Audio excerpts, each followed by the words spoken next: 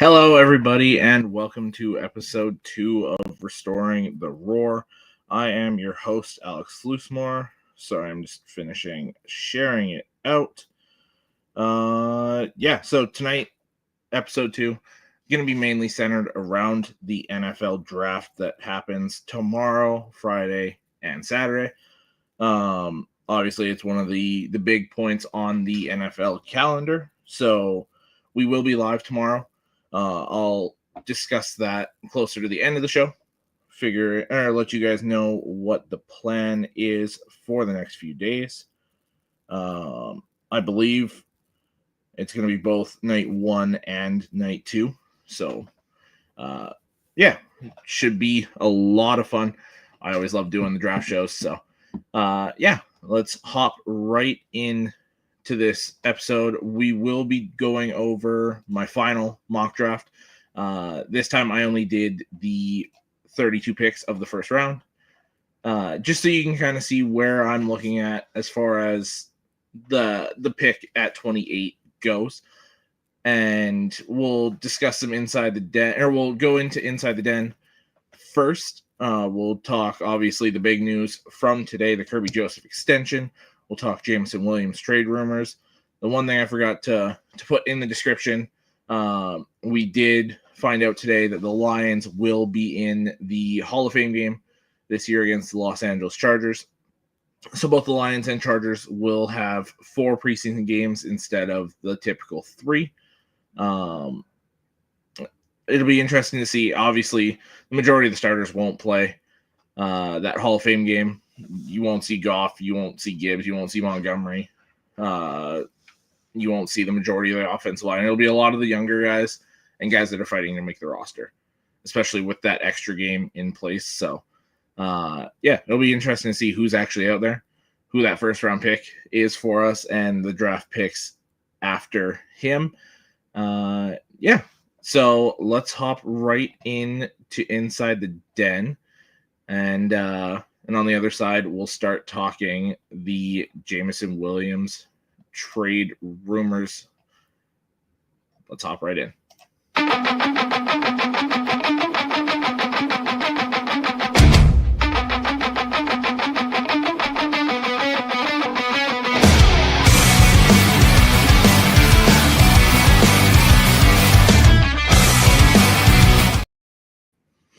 All right. So as I showed there, Jameson Williams has been popping up in trade rumors here, mainly because, as we'll talk about in the next part of Inside the Den here, a lot of these guys on the roster have to get paid in the next couple of years here. And Jameson Williams, he's been good when he's on the field, especially this last year. One of the only players in recent memory to go over 1,000 yards, under 60 catches. So he's a big play threat every time he's on the field. There was that end around for the touchdown. The issue, though, is he's not always on the field. He's had the off-the-field issues. with the gambling suspension. He's been injured. The majority of that was that ACL tear he suffered at the end of his college career that made him miss the first little bit of his NFL career. But if they were to put the 5th-year option on, which they have a couple more weeks to decide, that's going to be almost $15.5 million for next year. And Aiden Hutchinson's got to get paid or go on the 5th-year option. Obviously, Kerby Joseph just got paid. You've got Laporta right away. You've got Brian Branch right away. There's so many key players. Jack Campbell, Gibbs right away.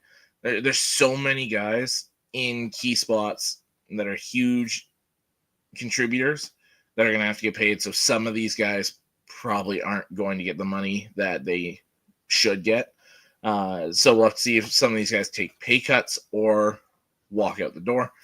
As far as Jameson goes, the two teams that I was really seeing, the one I'd be okay with him going to, the other one I really don't want him to go to, it was the Chargers, which would be ironic with that Hall of Fame game, and the Kansas City Chiefs.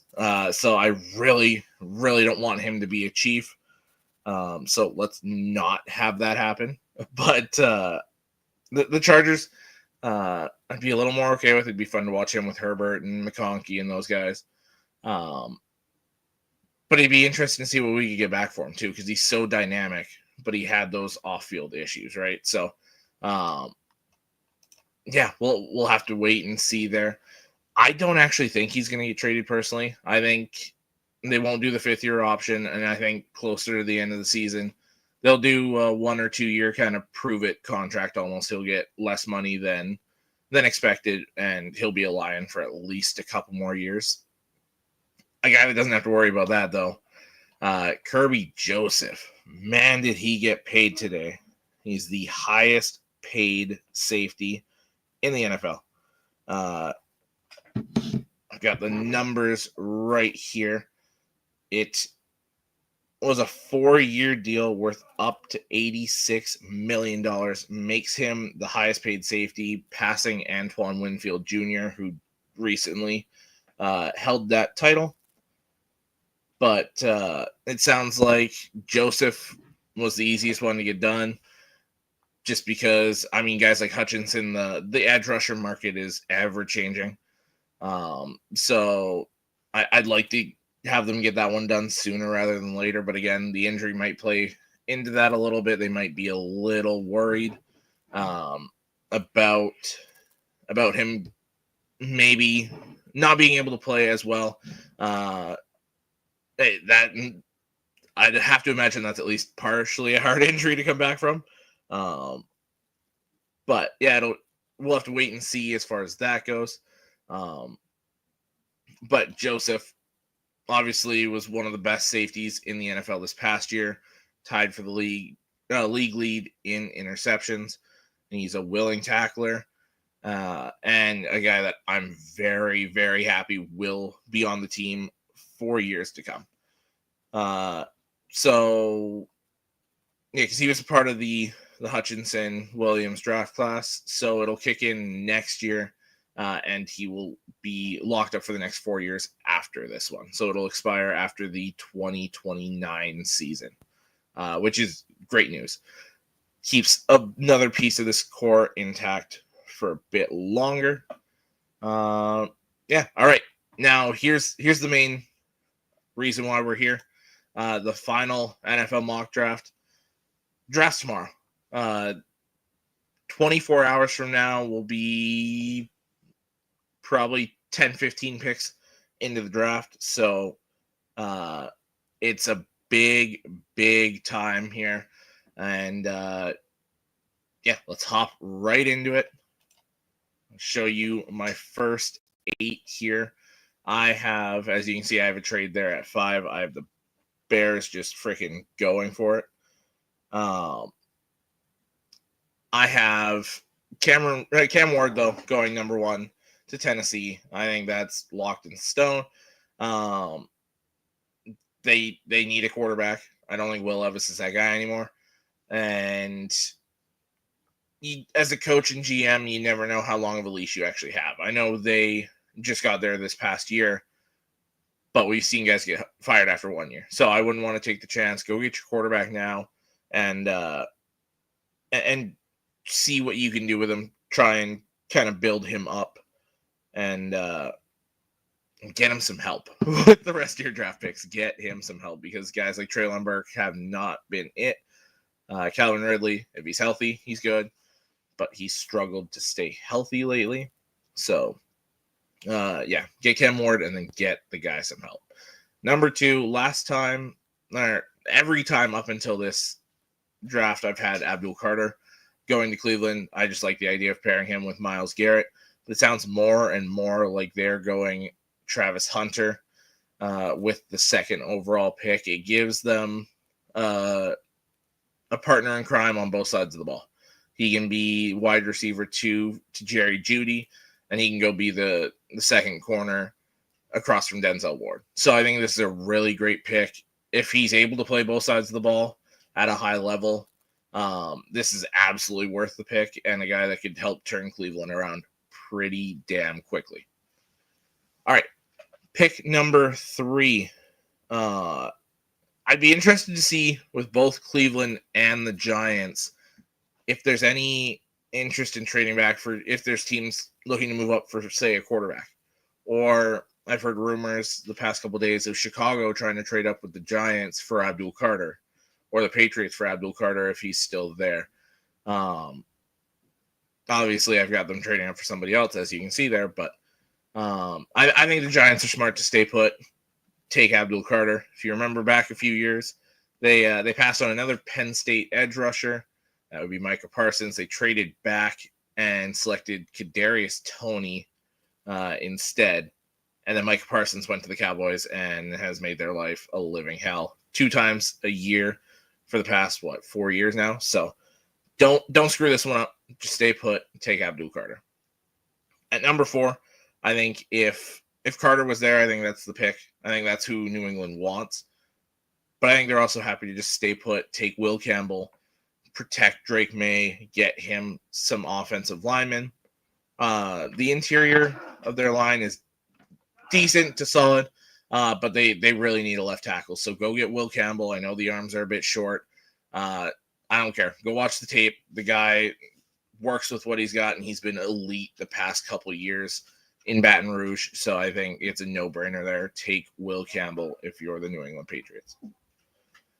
At number 5, I've got the Chicago Bears. I've got the trade details here in my phone. I'll pull them up. Just had them in my notes. So Chicago trades pick 10, pick 41, and their second rounder next year to move up to number 5 and select Ashton Genty. I hate this as a Lions fan, but I think it just makes too much sense. They've done a really good job this offseason. You could argue maybe get another tackle, but they could, with that other second round pick, I believe it's 39, they could get the best remaining tackle there. And then there's not too much else they need realistically. We know from the past few years in Detroit, Ben Johnson likes using the 2 running backs. You've got Swift or Roschon Johnson, whichever one you want to use there, and then pair them with Ashton Genty. And look out, the Bears will be, I hate to say it, they'll be a lot of fun to watch offensively. They'll be dynamic, and it'll help Caleb Williams out a ton. Number 6, the Las Vegas Raiders. I think they wanted Genty. That's been my pick all the way through until I made that trade. They've also been talking about going offensive line. They want a right tackle to pair bookend with Colton Miller, although Colton Miller hasn't been too keen on talking an extension lately, so this could be a potential left tackle replacement next year. Plays right tackle this year, kind of do what the Tampa Bay Bucks did with Tristan Wirfs.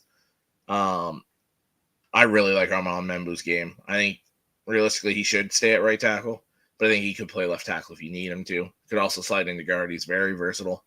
And I think he's a lock to be a top 10 pick. So I think if he didn't go here, he'd go the next pick to the New York Jets.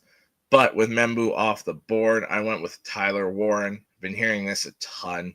I really like some of the defensive players for the Jets, given that Aaron Glenn just came over from Detroit as the defensive coordinator and is taking over as the head coach. I like Will Johnson. Pair him with Sauce Gardner, and good luck throwing the ball on them.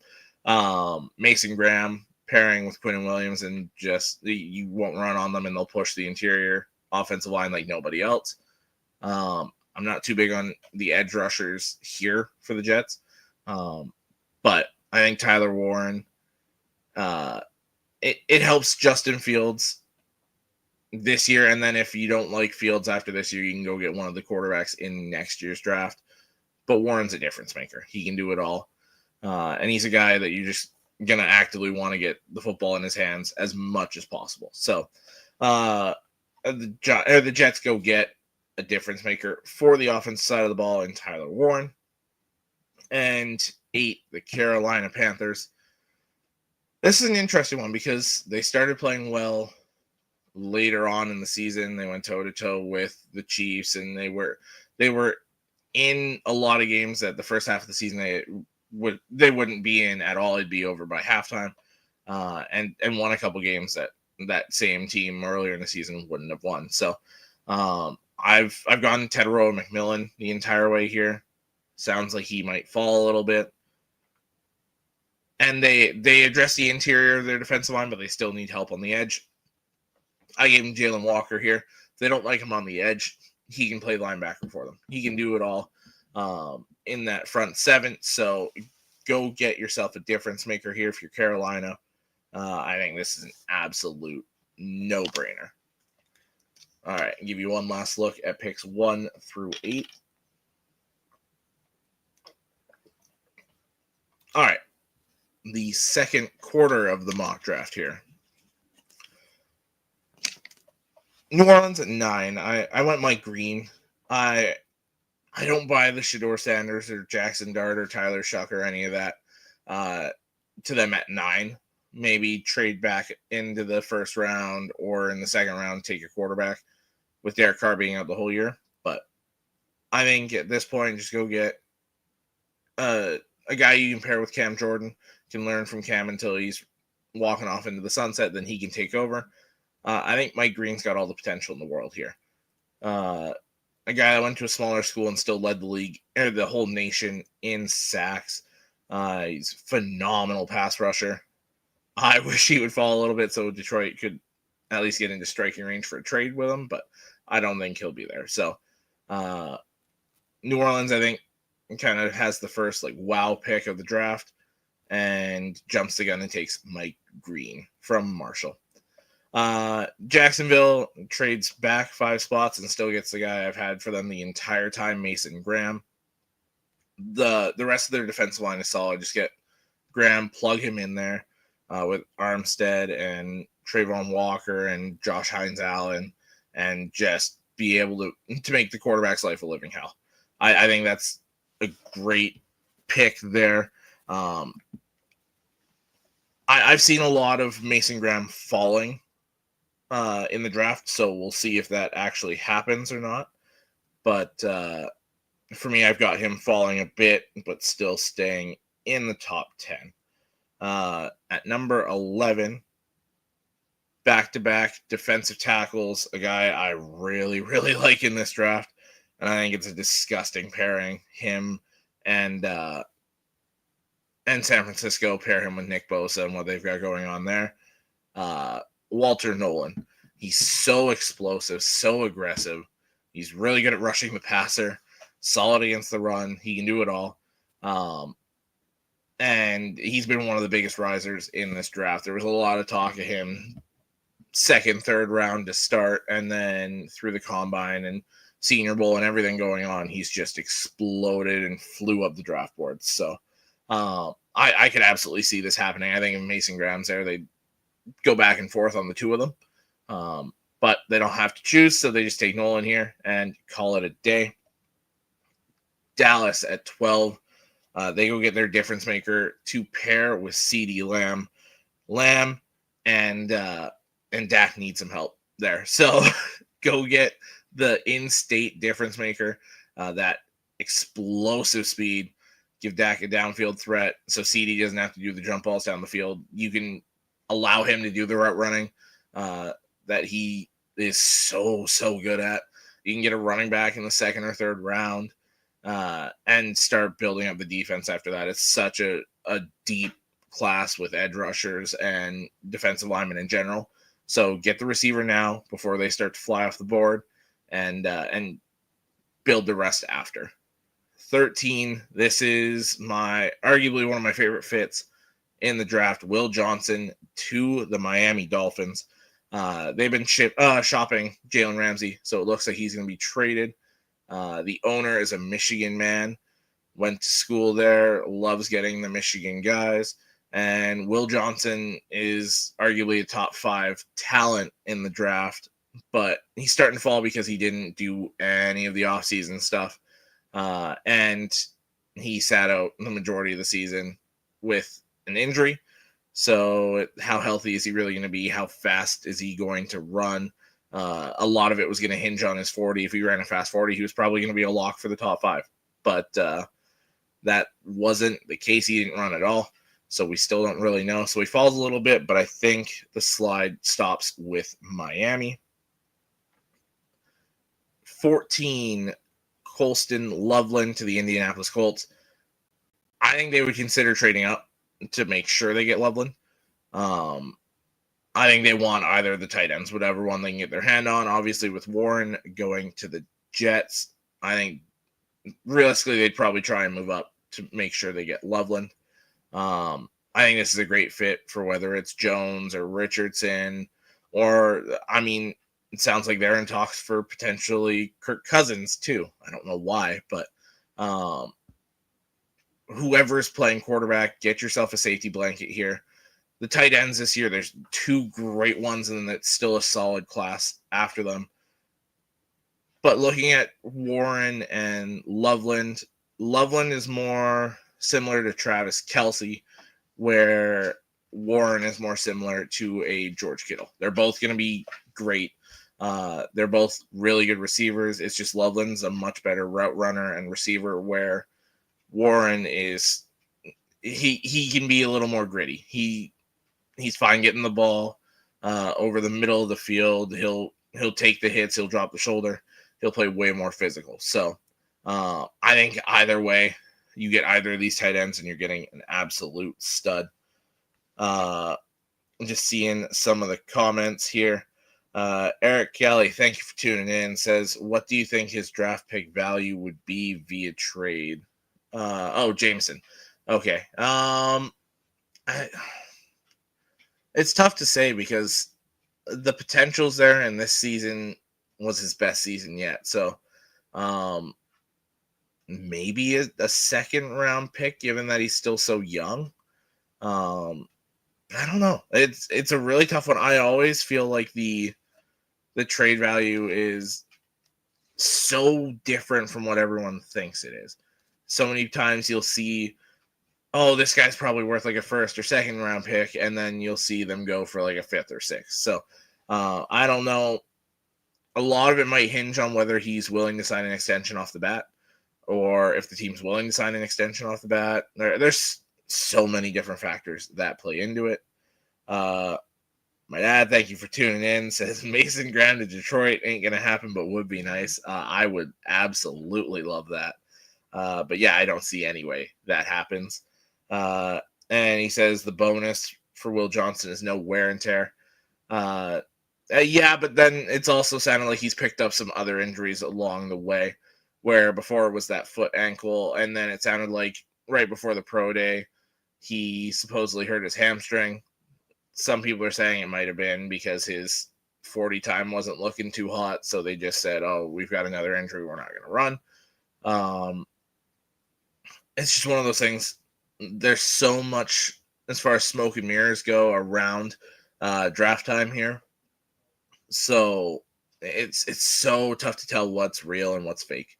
But I think there's no doubt I don't think. There's no doubt in my mind Will Johnson is going to be a great corner in the NFL. All right. Atlanta here, they stay in state and take Michael Williams, the edge rusher from the University of Georgia. I'm not as high on him as most people are. I think realistically he should go later, quite a bit later in this end of the first round type prospect. Maybe even into the second round. There's no explosion. He doesn't, and part of that might have been Georgia's defensive scheme, but he doesn't have that quick twitch as a pass rusher. He's really good against the run, but I'm not big on him as an actual rusher. But if you don't need him to be your main number one guy, I think he fits really well.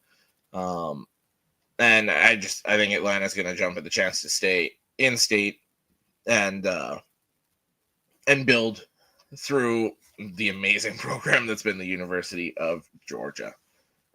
All right, Arizona at 16. They consider this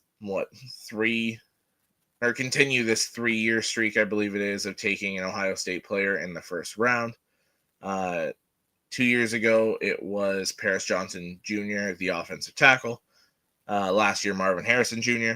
And then this year, they take Josh Simmons, the offensive tackle. Was playing very, very well, was probably a lock to be the top 10, up there arguably with Will Campbell as the top offensive tackle until he tore his ACL in the Oregon game. The interesting thing to note here is Arizona hired Ohio State's offensive line coach. So to me, they're taking one of the two offensive linemen, Josh Simmons or Donovan Jackson. I think either one would be an amazing fit for them. But go get your bookend tackle here. Him and Paris Johnson. I don't know if they actually shared the field together. That would be something interesting to look at. If they shared any time in Columbus, but get two solid young tackles for Kyler Murray. Go get a receiver in the second or third round. Or hell, maybe they trade for JMO, pair him with Marvin Harrison Jr. It'd be interesting to see what they do here. So yeah, I think they got to go offensive line here. Finish off that offensive line. Make it so Kyler doesn't have to run for his life. Number 17, the Cincinnati Bengals. I think they've got to go defense. No matter what level of the defense they go, I think they have to go defense. Looking at it here, the edge rushers kind of started to go off the board. I like Jahdae Barron still sitting there. Their secondary was god-awful last year, one of the worst ones in the league. So get Jahdae Barron, help start to solidify that back end of your defense. Go get defensive line in the second round, or go get a veteran guy to pair with Trey Hendrickson. 18, Seattle. I think they've got to finish off this offensive line. We saw what Sam Darnold could do behind a good offensive line last year. Go start to finish this offensive line here. You've got a couple solid players. Add Kelvin Banks to that, whether you want him to play guard or tackle. There's a few good interior offensive linemen in the second, third round. You could put Banks at tackle and go get one of those guys to play guard or center on day 2. But I think this is an absolute no-brainer. Go protect Sam Darnold. At number 19, this one was one of the toughest ones for me. I've had Jahad Campbell the entire time, right from the start. I really like the idea of having him learn from Levante David for a year. You could even have him playing off the edge, but in practice working with Levante, learning from him on how to be the middle linebacker, be that athletic guy that David's been his entire career, and then take over after.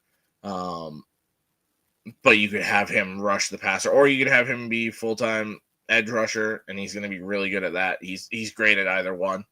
And I think he'll give NFC South offenses fits, no matter whether he's the middle linebacker or the edge rusher. So, but the other guy I was very, very close to picking is also on this screen here, Tetairoa McMillan. He reminds me so much of almost a mix of Mike Evans and Michael Thomas, where McMillan's good on those. He's really good on those jump balls outside, those one-on-one deep routes, but then he's also so good in the slot. He's so good at those slants coming across the middle. He's not afraid of the contact, and he'll come down with the ball almost every time. So I think that would be an amazing fit, having him learn from Mike Evans, and then allows Chris Godwin to kind of ease back into the offense. They've got Jalen McMillan already, so they've got a solid trio. So that's why I ended up going Jahad Campbell here. I think it's more of a need than getting McMillan here. Number 20, the Denver Broncos. Sean Payton gets his Reggie Bush here. Travion Henderson, he's so fast out of the backfield. He's great at catching the ball. Really good at those outside zones, those pitches, those tosses, breaking away and just taking off to the end zone. I really like this fit here for them, and I think he'd do great things in Denver. And Bo Nix and Travion Henderson would be a nasty backfield. The read option, or just the threat of both of them taking off with the ball, would cause so many defenses fits. Back-to-back running backs here. So far we have more running backs than quarterbacks. Omarion Hampton to the Pittsburgh Steelers. I don't buy that the Steelers like Jaylen Warren to be their starter. I love the fit of Hampton here. The speed, the physicality he'll run with, the versatility. He screams a Pittsburgh Steelers running back to me. And with Najee Harris going to the Chargers, I think it makes such a big fit here for them that I think it'd be too hard to pass up.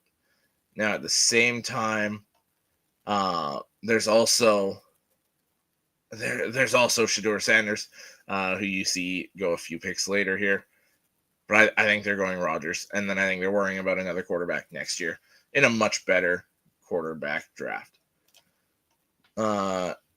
Thank you for tuning in. It says, do you think we should get a defensive end in round 1? If you wait just a little bit longer, you'll see who I have the Lions taking after just a couple more picks here. Kenneth Grant to the Chargers. I think Jim Harbaugh is going to take the chance to get any of these Michigan guys that he can. Obviously, he likes them a lot. He recruited them to come play for him. And they all did great things for him during that national championship season. I think Kenneth Grant in the middle of that defense would be so much fun to watch. Minter and Harbaugh know how to use him already, so it'd be very seamless. He said, I know nothing about the players in the draft this year. It's heavy on the defensive line, both edge rusher and defensive tackle.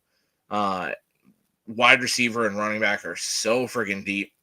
Quarterback, if you're looking for a quarterback, this is the wrong year, in my opinion. I like a few guys for developmental quarterbacks, but I don't think this is the year to take a quarterback round 1, personally. There's a couple teams that are going to do it out of necessity, but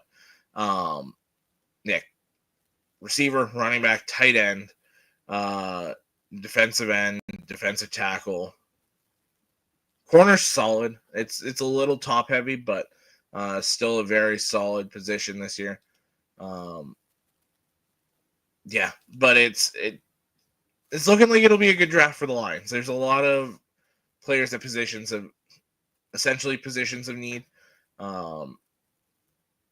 But yeah, it'll be interesting to see what Brad Holmes does, because every time we think there's a position in need, he goes in the other direction. So I cannot wait to see what he does tomorrow. And then Hendon Hooker is the next Aaron Rodgers. I don't know how I feel about Hendon Hooker. He's almost too old to wait for the Aaron Rodgers type role where you sit 4 or 5 years and then take over, where Rodgers took over and he was 24, 25, 26. Hendon Hooker's going to be damn near 30 by the time he takes over.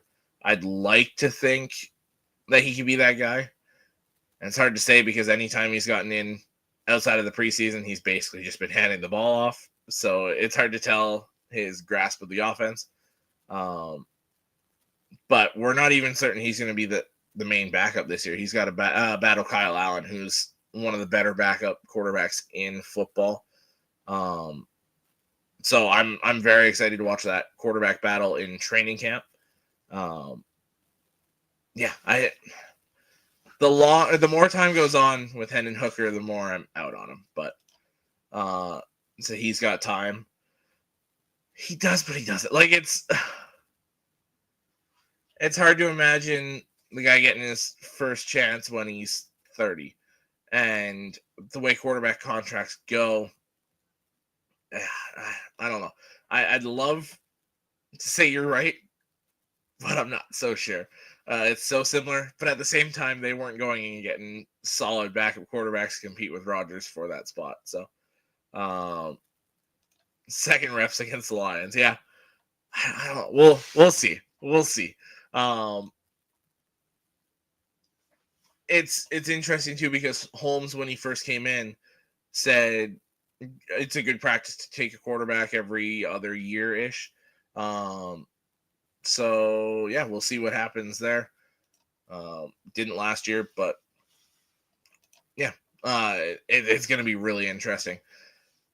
And to be honest, we can predict what the Lions are going to do all we want, but Brad Holmes is so unpredictable when it comes to the draft that they've got their list of guys and they're sticking to it, and they'll go get those guys, whatever the cost. So it makes for really exciting drafts as a Lions fan. All right, let's finish these last couple picks here, and then we'll get to the final window. You guys can see who I have the Lions taking. I can't believe I'm saying this. The Green Bay Packers select a wide receiver in the first round. It'd be the first time since 2002 when they selected Javon Walker. I just don't see him sliding any further than this. Green Bay desperately needs a receiver. I wasn't too big on the corners here. I could see them trading back and going like early second round, getting one of these corners, or an edge rusher. But again, the edge rushers kind of flew off the board here.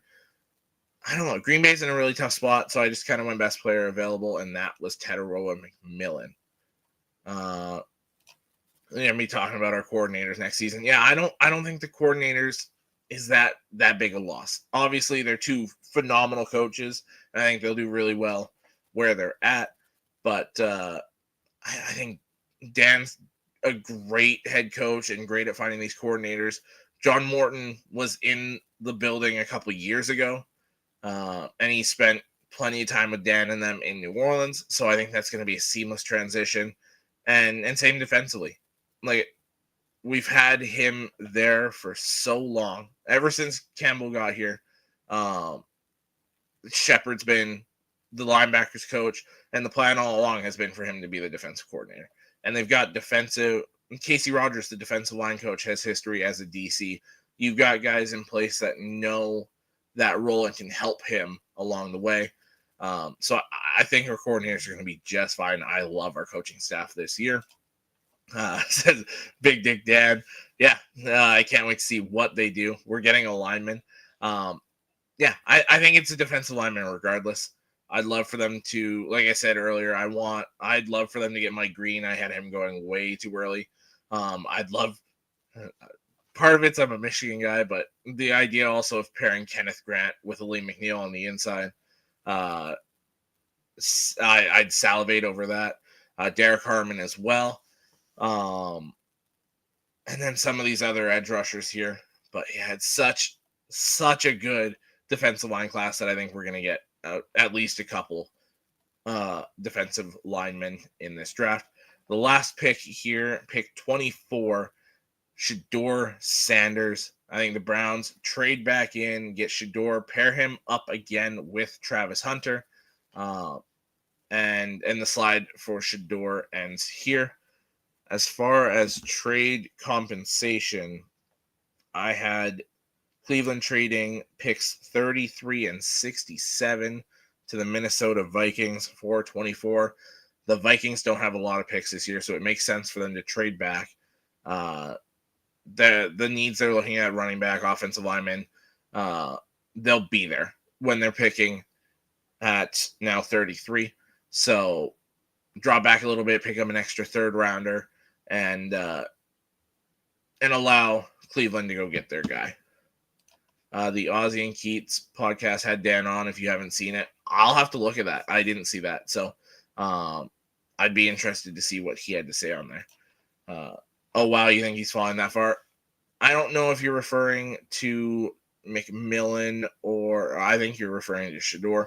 But yeah, like I've said, I don't think this is a quarterback draft this year. I think you look at it, maybe the Jets, but I think they've got bigger needs and they're looking to next year for quarterback. I can see the Steelers.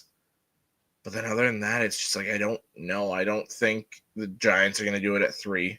I don't think Cleveland's going to do it at 2. Yeah, I recognize the names there. It'd be interesting to see what Dan was saying on there. As far as Shedeur goes, yeah, I think he's going to fall quite a ways. I just don't see many fits for him. I don't buy the Saints one. Steelers, maybe. The Steelers or somebody trading back into the end of the first round for him would be my prediction for Shedeur Sanders. Fire interview. Yeah. Anytime you can get Campbell in an interview, it's great. So I was going to say it is fairly new. I think I've only seen that they've had a couple episodes out now. So definitely want to go give that a look. All right. The final 8 picks in the first round of the draft. You can see there, I've got the Lions going James Pierce Jr. I'll get to him in a second here. 25, the Houston Texans. The entire way I've gone Emeka Ibuka, the wide receiver from Ohio State, pair him back up with C.J. Stroud. You've got Stephon Diggs out the door. Christian Kirk can't stay healthy, and Tank Dell can't stay healthy, and he's probably not going to play it all this year. So they desperately need another receiver across from Nico Collins. But then they traded away Laramie Tunsil. So left tackle is such a big need here. Go get Josh Connerly and lock up your left tackle for the next 4 years. 26, my next trade, and my last trade, as you can see. I have the New York Giants sending picks 34, 99, and 105 to the Rams for pick 26. It allows the Giants to keep their early third-round pick. They can send the late third-round picks and get back in and select Jackson Dart. You can have Winston and Wilson. Actually, I think Wilson probably gets the starting job off the bat. And then Winston and DeVito are probably both looking for a new job. Same Brown Bros. Yeah, they've got a good podcast too. He said, ooh, no, you don't like the James Pierce pick? I'll explain it right away here, but the more I think about it, the more I like it. Good player, but we're getting Z back. Yeah, I don't know. It's tough. It's tough, but to me, it was best D lineman available. Later. Hey, thanks for tuning in. Hopefully, we'll see you back. All right.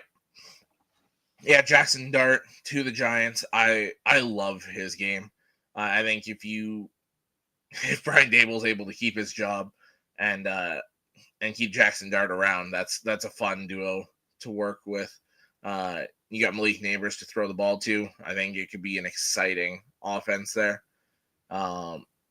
Just gotta have some time for Dable or whoever the new coach is to work with Dart. I think he needs a bit of development, more of a pro scheme, and he'll be just fine. The Ravens at pick 27 go Tyler Booker, the interior offensive lineman from Alabama. They lost I believe it was their right tackle and their left guard.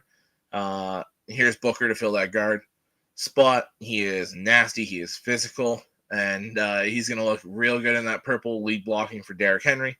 I think this is an absolute no-brainer for the Ravens. All right. Lions at pick 28 take James Pierce Jr. For me, sitting here, it was really between two players. It was James Pierce Jr. and it was Derek Harmon. I love the idea of Harmon beside Ali McNeil, like I was talking about with Kenneth Grant. But to me, I think you've got Levi Onwuzurike, you've got Roy Lopez, you've got a solid defensive tackle group. You still have DJ Reader there. And then Ali McNeil will get back partway through the season. I think that's a solid D-tackle group. The edge rushers still worry me. I think you've got, obviously, Hutchinson. We'll see how healthy he is and see how soon he's at 100%. He's running now. He's looking good. But obviously, he hasn't put the pads on, taken a hit. Tried to pass rush on any offensive lineman and go take down the quarterback. So we'll have to see how he looks in pads come training camp. Will probably be the earliest we actually see it. But I don't trust the other edge rushers we've got. Marcus Davenport was good, but he can't stay healthy. That's been his thing for a long time. Derek Barnes, are they going to have him play edge rusher or linebacker? How's he going to look coming off the injury? There's so much there that I don't trust with the defensive end position. And Pierce has double-digit sack potential. There was a reason that he was talked about at the start of the season as potential number one overall pick. He's got all the talent in the world. I think if any team can figure out the character issues he supposedly has, it is Detroit. It is Dan Campbell.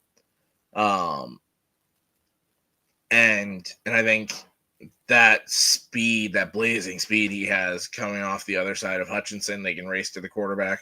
And I think he's dynamic enough that it makes it so they can't just focus entirely on Aiden. So I love the fit of James Pierce here. I wouldn't be opposed to not taking him, but if he's there, I think you've got to absolutely look at him. And then as far as the rest of the draft goes for the Lions, it's depth, really. Defensive tackle, interior offensive line, wide receiver. I know they've said they want to get younger. If we trade Jameson Williams, we'll be looking at receiver way sooner. Probably second round would be receiver. But like I said, I don't think we're trading him. So get a receiver later on. Last time I had Nick Nash in like the 5th round. I think that's a great value pick there and a great fit for what we're doing offensively. And yeah, go shore up the trenches. Every year, shore up the trenches. It'll be interesting to see how they like Christian Mahogany, whether he's just the clear-cut starter or if he's going to have to fight for that right guard spot. Personally, I'd like both guard spots to be up for grabs. I didn't like Graham Glasgow's play last year. I've been very vocal about that. Hopefully he looks better this year, but I doubt it. I think he's starting to just kind of regress as he's getting older. So I don't hate the idea of, say, Gray Zabel, who's still on the board here at pick 28.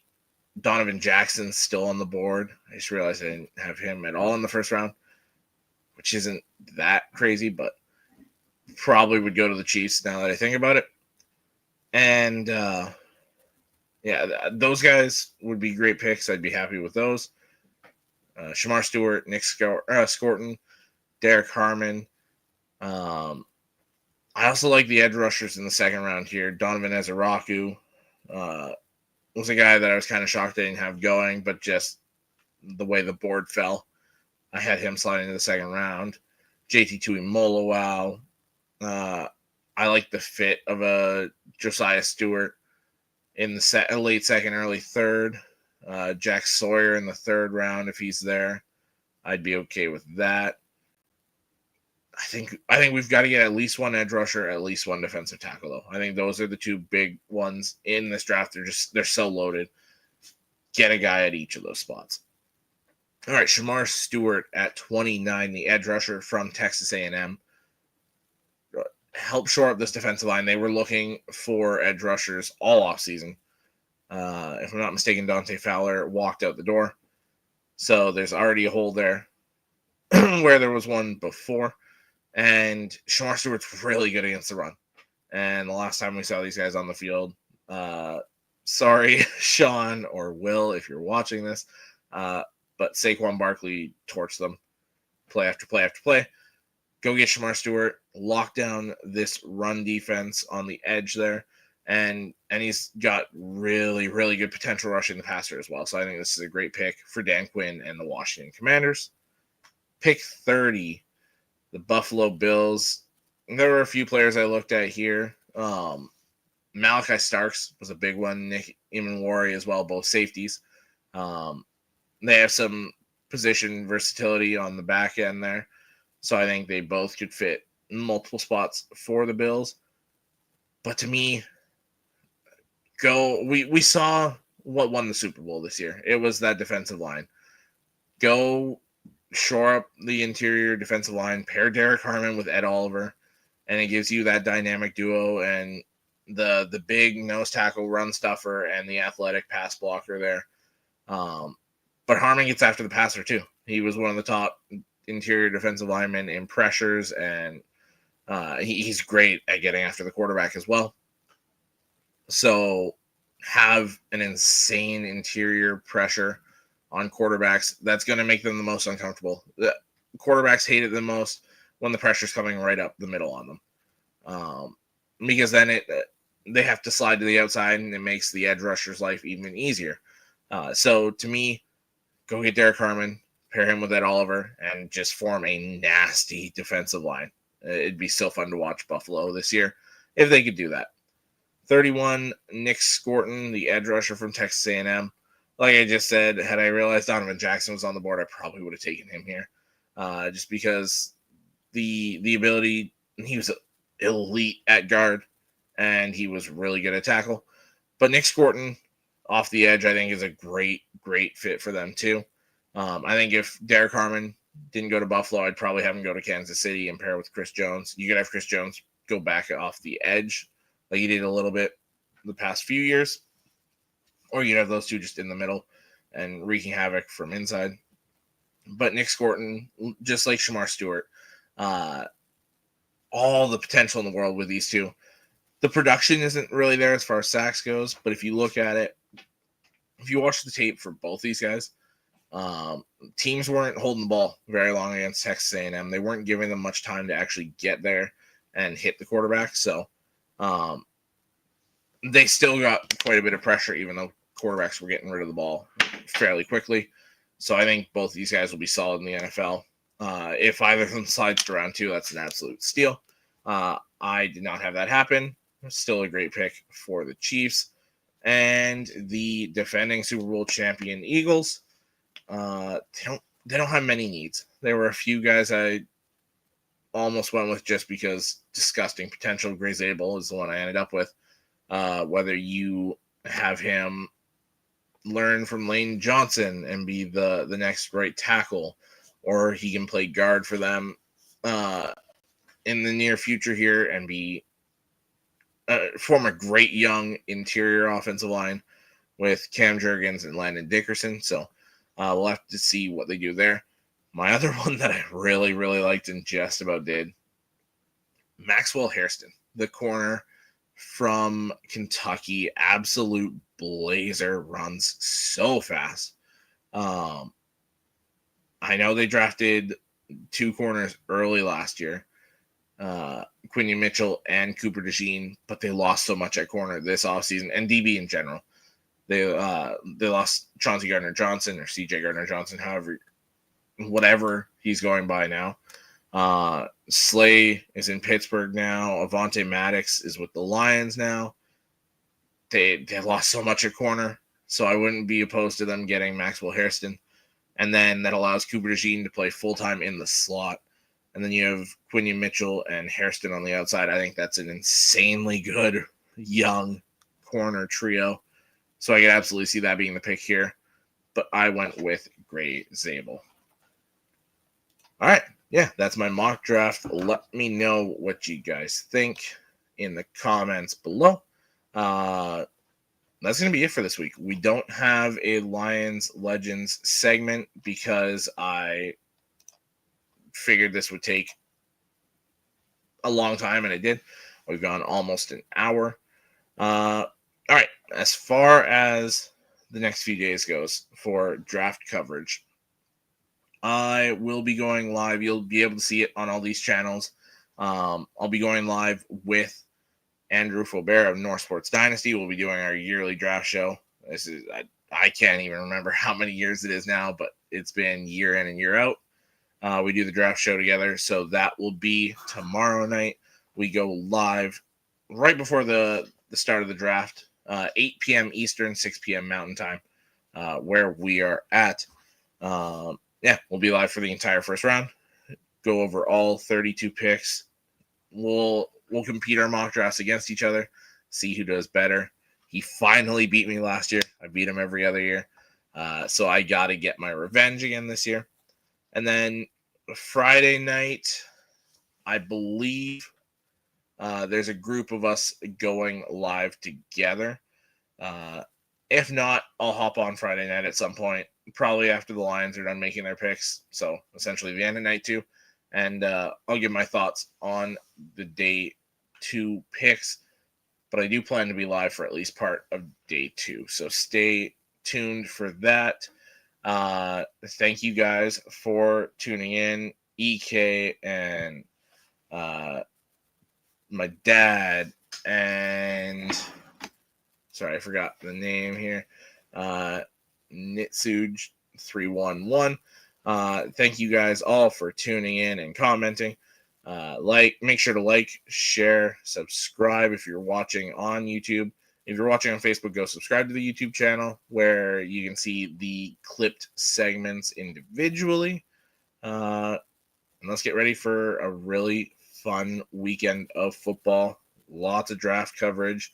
And yeah, we'll be here multiple times over the next few days to talk everything draft. Thank you guys for tuning in, and I will see you